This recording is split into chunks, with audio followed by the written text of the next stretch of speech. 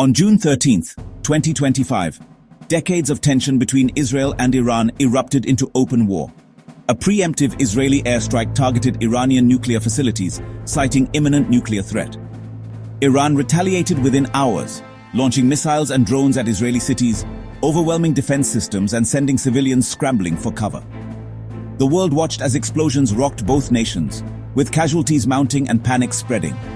Iran threatened to close the Strait of Hormuz, a vital oil route, sending global energy markets into chaos.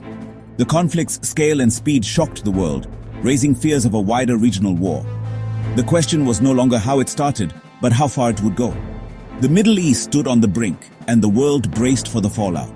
The danger of escalation was terrifyingly real.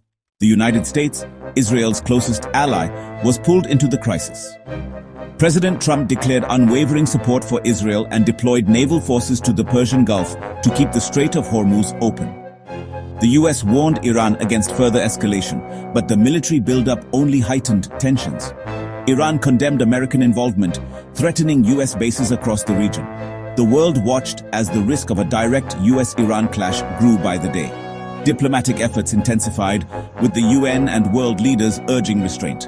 Despite calls for peace, fighting raged on, and the human cost soared.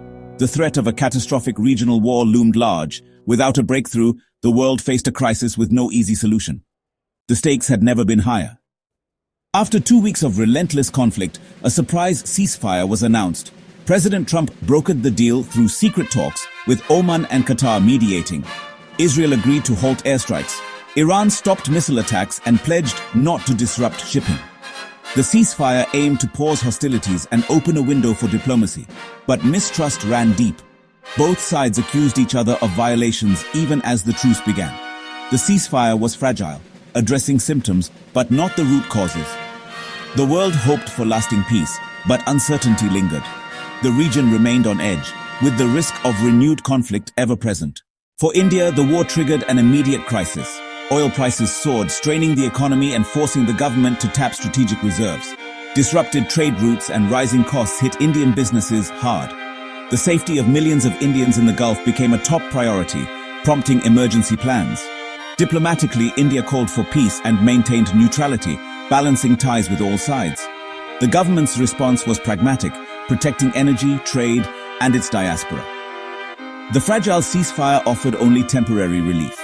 For India, the conflict underscored the urgent need for strategic foresight in a volatile region.